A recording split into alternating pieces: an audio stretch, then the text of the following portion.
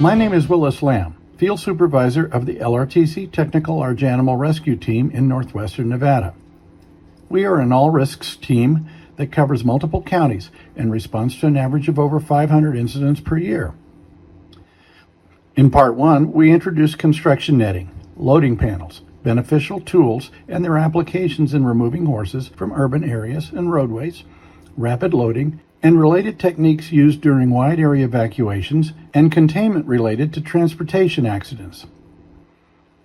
In Part 2, we will delve into more specific techniques involved with handling, securing, and moving large animals. Different species require different approaches.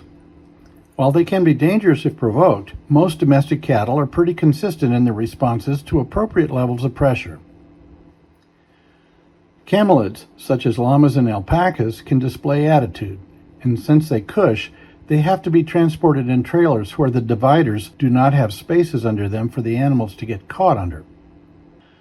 Donkeys can be very resistant and may require steady persuasion in order for them to decide to comply with attempts to be loaded. Horses can be skeptical and reactive under various conditions, and this presentation will focus mainly on them and the tactics that we have found to be successful. With horses that are at large, whether on the range, loose in urban settings, or unhaltered pasture animals, the first objective is to get them contained. Unless suitable facilities can be utilized, we'll have to set up a trap corral. The simplest form is to build a round pen using containment panels with a funnel entrance. Hay may be placed deep inside the pen to occupy the horses. After herding the horses into the round corral, the panels creating the funnel can be closed together. Some horses may be reactive and bolt out when they see the panels being closed. With range horses and overly spooky domestics, we will form the entrance into a snail. Then when we close the panels, the horses don't have a direct line of sight to escape. When bait trapping, the snail configuration is also beneficial. A high-value hay trail will usually encourage the horses to enter the trap. Additional hay placed deep into the trap will usually keep them occupied. Again, when closing the entrance panels, the horses will not see a direct path of escape. It is critically important that once the horses are all in the corral, that the inside panel of the snail gets closed, so if the horses get disturbed, they won't bunch up in the snail chute.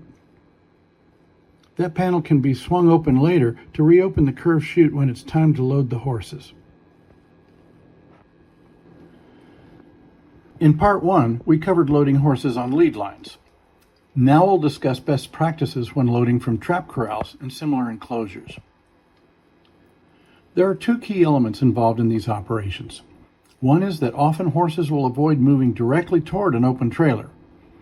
We tend to utilize an L chute where the initial entry into the chute doesn't face the trailer, but rather turns at the far end toward the trailer. Once the horses are in the loading area, the chute can be reshaped by collapsing panels and chaining them across in order to limit the horse's movement so they'll be more likely to enter the trailer.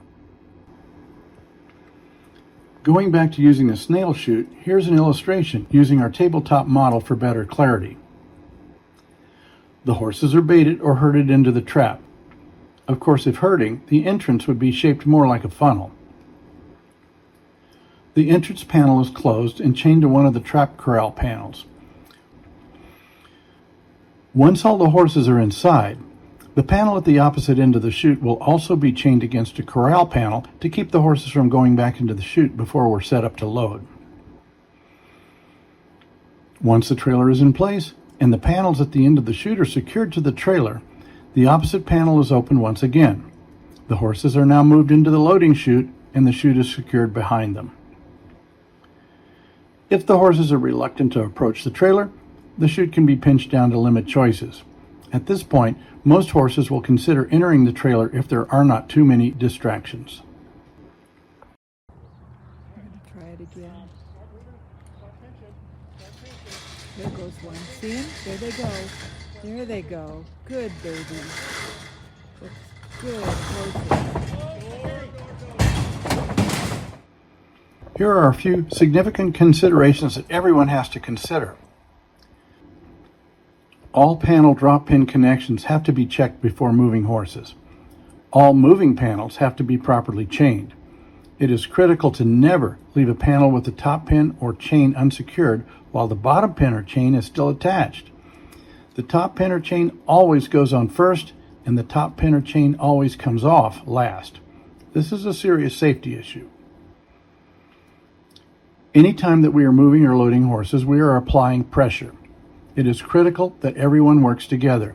If someone shows up in the line of sight in the direction where we need the horses to move, the horses could perceive this presence as opposing pressure and start to act unpredictably.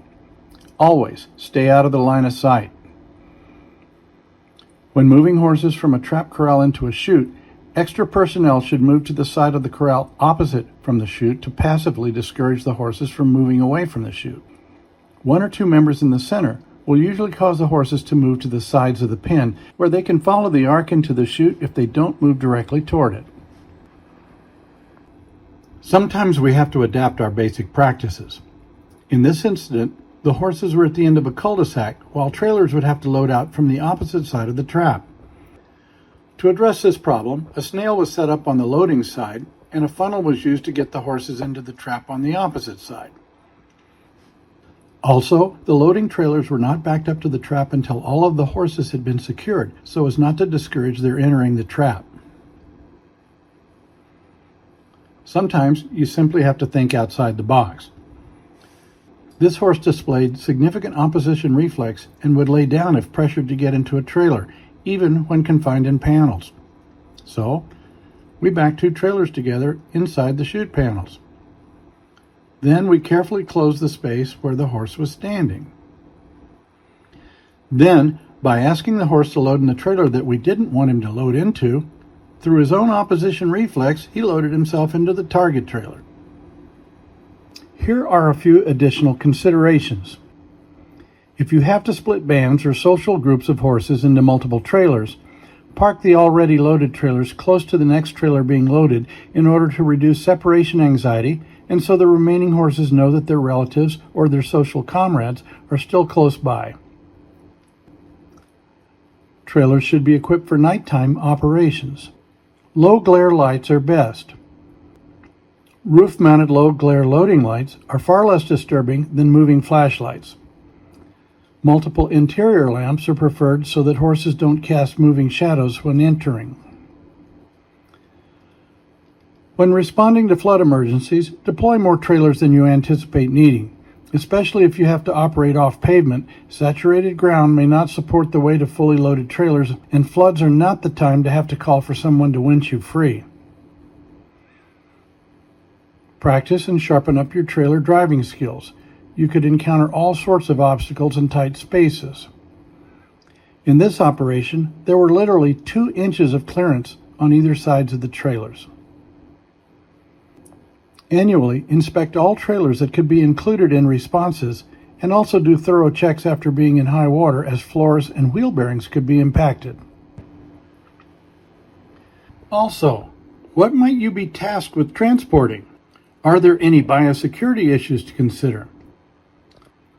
When in floodwaters, consider what is under that water and what is leached into the water. Always decontaminate yourself and animals after floods. So here are some key points. Size up the situation and develop a plan. Secure the workspace from safety issues and other distractions. Always work as a team. Communicate with each other.